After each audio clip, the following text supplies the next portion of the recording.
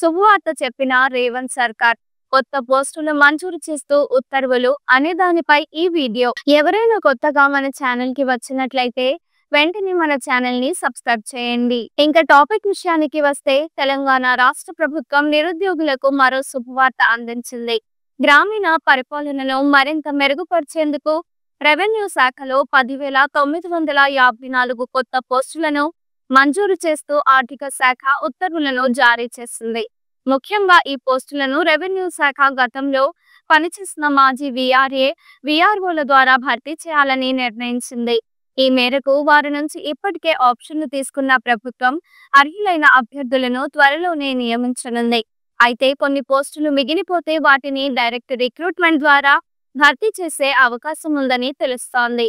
రాష్ట్రంలో ఉద్యోగ అవకాశాలను పెంచేందుకు రేవంత్ రెడ్డి ప్రభుత్వం విస్తృత స్థాయిలో చర్యలు తీసుకుంటోంది.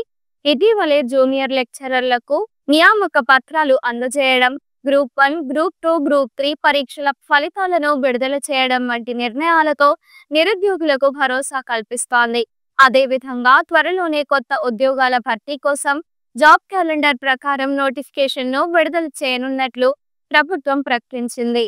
గ్రామీణ పరిపాలనను సమర్థవంతంగా నిర్వహించేందుకు రెవెన్యూ శాఖలో కొత్తగా విలేజ్ లెవెల్ ఆఫీసర్స్ పోస్టులను మంజూరు చేయడం ఈ దిశగా మరో ముందడుగు అని చెప్పుకోవచ్చు. ఈ కొత్త పోస్టుల భర్తీ ప్రక్రియ ద్వారా గ్రామీణ ప్రాంతాల్లో పరిపాలనా వ్యవస్థ మరింత దృఢంగా మారనుంది.